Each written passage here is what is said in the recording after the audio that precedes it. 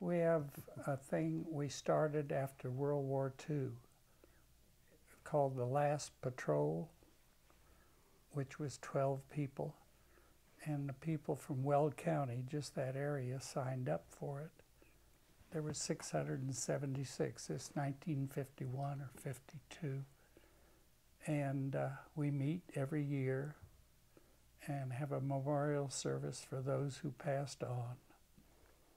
And have a few drinks, maybe a lot. And that was it.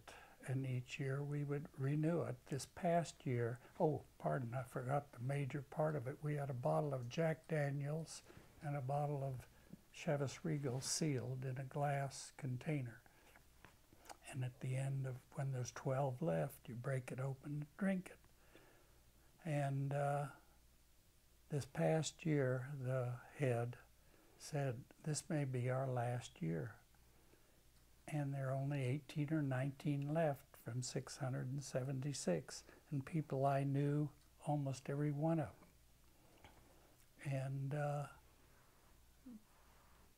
if they pass away, we have to break open the container, if we're strong enough anymore, and take a drink. So I don't think it'll be our last year, because I don't think we can consume that much in one year.